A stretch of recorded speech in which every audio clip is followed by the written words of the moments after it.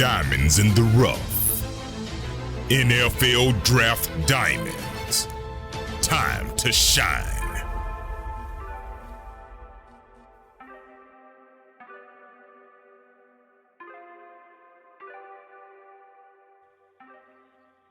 Hi, my name is Jimmy Williams with NFL Draft Diamonds, and today I have with me a diamond in the rough. His name is Tim Coleman. He's an offensive lineman out of Richmond. How you doing, buddy? Doing well, sir. How you doing?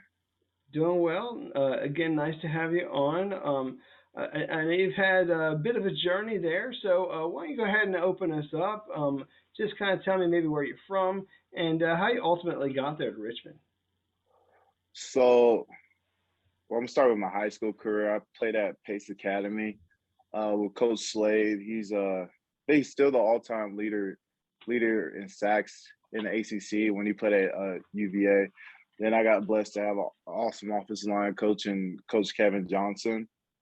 And then during the recruiting process at Pace, I had some Sun Belt offers, but my mom and my dad and my coach thought it'd be best for me to go to Furman. So I won't be just like another guy at the program. I could be the guy at the program. And I think it worked out that way for me when I went to Furman. I became a freshman All-American, played early. Things were going well, but then a new coaching staff came in, switched up the offense, just didn't really fit me personally. So then I ended up transferring. Luckily, I transferred to Richmond, and Richmond I had a connection in Richmond through my former offensive line coach, Coach Kev, whose son, Kevin Johnson, played at Richmond. So I ended up going to Richmond, set out my first year, was able to watch Kyle Aletta, Alex Light. Alex Light played in Green Bay for I think a couple seasons, John Yarbrough, some really good players come in and play my sophomore year. And that's when I kind of knew, like, wow, like I'm playing, like, no offense to the SoCon, but CAA, there's some guys in the CAA. And you go watch JMU, Delaware. I think Delaware had the D tackle still on the Bears. So then I started out really focused on just getting bigger and stronger. Ended up starting my junior, senior, and redshirt senior year. Got all conference. And then my last year got all conference again. So I just ended up going to Richmond and doing my thing. Yeah, so I mean, obviously you had a really good career there at Richmond. Walk me through some of the positions you played there on the offensive line. Crazy enough, I came in college to play center at Furman, but then a bunch of injuries happened, and I ended up playing tackle. That's during my whole career. Like, injuries happen, and then I had to play one position. Injuries happen, I had to play another position. So I ended up playing tackle at Richmond. Started all my games at tackle. I know one time versus Albany, we had two linemen go down. Things say instead of punting Kobe Williamson, I had a middle of the game. I had to play a guard, and our tight end had to move to play offensive tackle. And so I was always an emergency center. So I had to know, like, center snaps, guard snaps, and tackle snaps. So I played almost everywhere in the offensive line. So I mean, I find that interesting because you get a guy your size, probably doesn't necessarily project on the outside at tackle at the next level.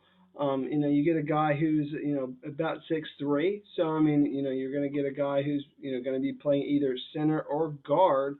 But the good thing is that you do have some experience, playing those positions, which is great. Well, what do you feel separates you as a prospect moving forward? I mean, is it that versatility, or is there something else about your game that you feel sticks out? I think it's my versatility and adaptability. That's the best way to say it. Is that I always prepare myself I always prepare myself to know, like, what the center is doing. I always feel like that always helped me understand the offense at a better level. Is that if I understood what the center was doing, the center's decks, and then, like, sometimes in the game it gets loud in the game, you can't hear the center, but if you know, like, what's going through his head and, like, where the decks, how the safety rotation, then you're able to run the play at an effective level and get your assignment done.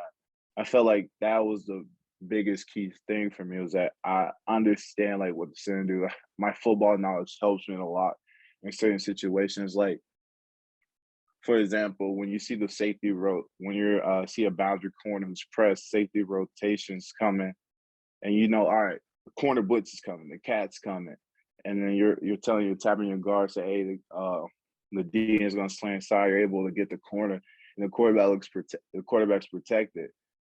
And to I guess for some like to the casual fans, like oh, it's like a good job, but like if you don't study and see like safety rotation what they do, then it could get really difficult. So I think that that was the most important thing that helped my career is that just I understood the game. Yeah, so I mean, obviously, kind of being a person who can adapt, like you were saying, and playing all those different positions certainly help your football IQ. You know, knowing where everyone's supposed to be, and knowing where everyone is out there on the field certainly helps. You chatted there, for a little bit about some of the talent that you've played throughout the years. I mean, obviously. CAA is no joke. I mean, you get some very talented players coming out of the CAA each and every year. But I do want you to give a shout out to maybe some guys that are going to be sticking around. Who's going to be some of the big dogs there next season there for Richmond? For Richmond, wow, we have some guys. Coach Houston did a really good job recruiting. Just off the top of my head, gotta start with the Hogs. Gotta start with my O line: Ryan Cole, Joe Moore, Kay Sawyers, and Tom Elia. Like Tom's going, like I said, Tom's knowledge for the game is really good, and so he'll be able to control the front really well. And then just a bunch of just hogs up there that just wants to get the job done, want to finish people every play.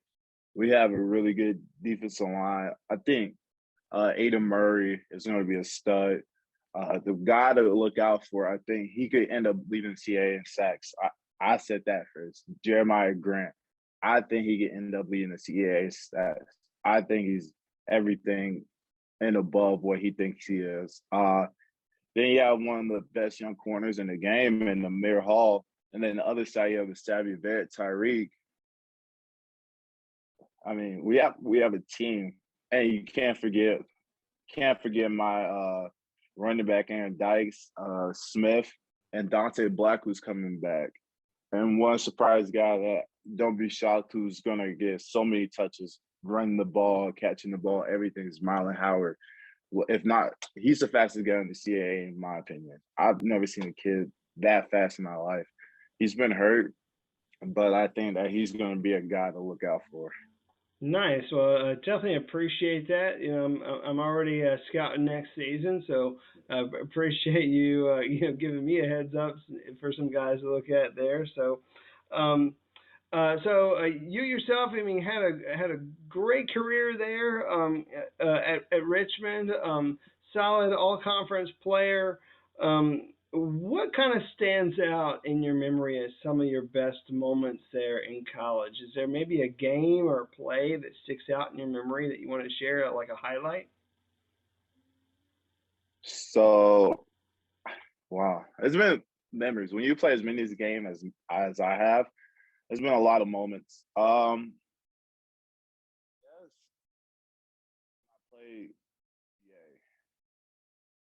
Yeah, my first time back playing football, grade like an 81, which is not the highest of grades, but it just reminded me coming back from sophomore year where you didn't play, just playing again the game and just falling in love with the game all over again. And realize like, yeah, I could play with some of these big boys. I think that's one of the bigger moments that stood out to me. On Virginia Tech this year, it's just I know if Joe Mancuso doesn't get hurt, we win that game. But I felt like as the offensive line, as unit, we ran for 200 yards if I remember correctly. We had some Villanova. Villanova watching that film will always break my heart, but just understanding like me just running down the field trying to go make a play up on the safety when I had no one to block. I think those are just some of the bigger moments that stands out to me, just off the top of my head. Yeah, I mean, some good moments there. I mean, when you're playing up against like really some of those FBS opponents, those are always great ones. And then of course, facing your rivals like throughout the years. Definitely some awesome memories there as well. So, um, Tim, I got in my notes actually that you participated in some other sports growing up as well, specifically wrestling. I wrote in my notes that you were a wrestler in high school. So, talk to me about you playing some other sports growing up, and maybe how they have helped you along the way becoming the athlete that you are today as a football player. I mean, say I'm a wrestler is giving me a lot of credit. I tried to wrestle. I wasn't the best at it, but I remember, that was the most in shape I ever been in my life. And just understanding like how to like get my body in shape is always something I took away from that. I remember sometimes during wrestling practices, I had Jamari Sawyer. You probably heard the name before he played at UGA. He's probably going to be a third round pick. But back in the day, before he got all like toned up, he was 330. And I remember me and him had to carry each other up the stairs. Oh man, that's that's a lot of weight carrying up the stairs, especially being a high schooler at the time. But that was one of the biggest things: is understanding how to get in shape, understanding leverage, movement. I always was a fan of. I always was pretty good at basketball. My first love was basketball. Growing up, I wasn't the best, but I went again. Like growing up, when you're like especially when they were 14, you have 14-year-olds that were already 6'5", and I was playing in the AAU circuit, and I just remember like, how can I play with some of these big men? And that's why I come back to the just being adaptable part.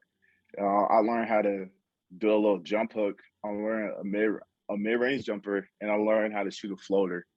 And so I just kind of just growing up taught me how to just learn how to adapt to situations. I think that's the biggest thing I learned from sports, is that not everything's going to go your way. There's always going to be someone that's bigger, taller, stronger than you.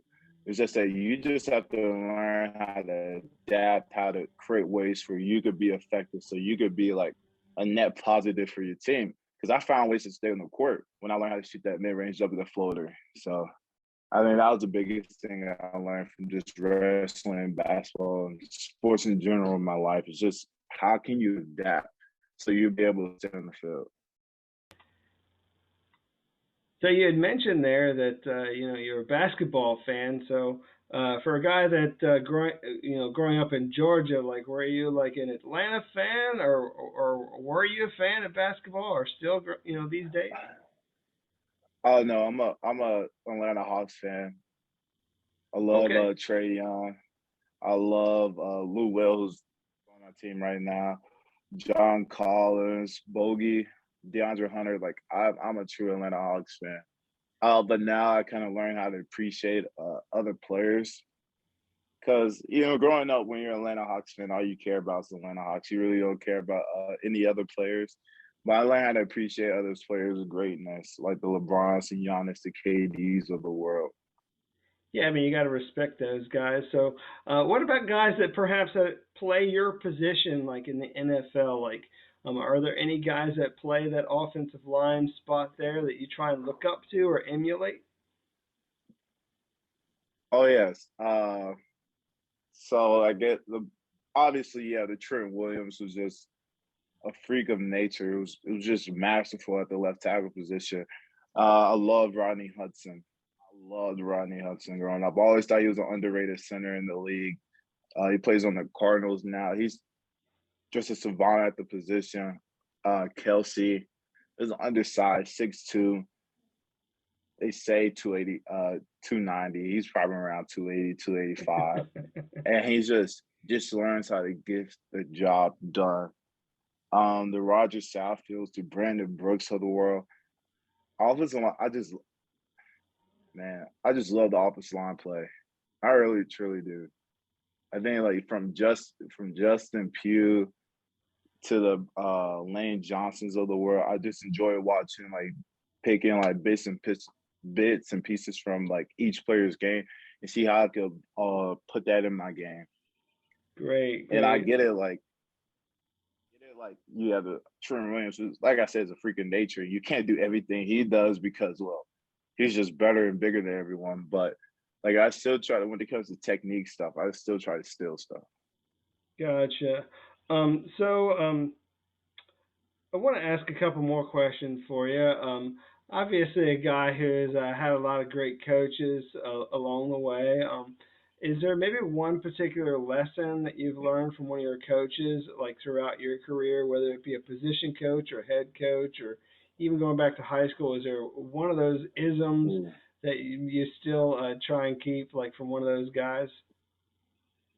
Oh man, gosh, there's a like, there's a lot. There's a lot that's been said.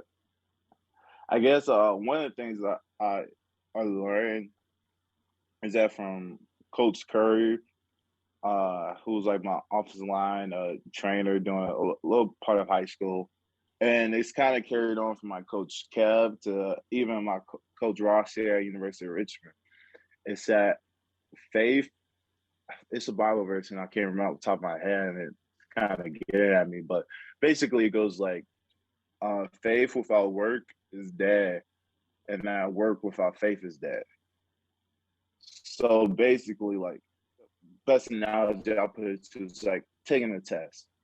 If I study for the test all day and all night, but I have no faith that I'm going to pass it, I'm not going to pass it. Or if I have all the faith in the world that I'm going to pass it, don't study, and I fail, that's on me. And that's what I kind of learned. That's what I kind of learned because when at certain points I realized like, okay, I'm kind of a talented football player. If I wasn't talented, I wouldn't be starting. And I kind of got in my own head, and then eventually I wouldn't play as well.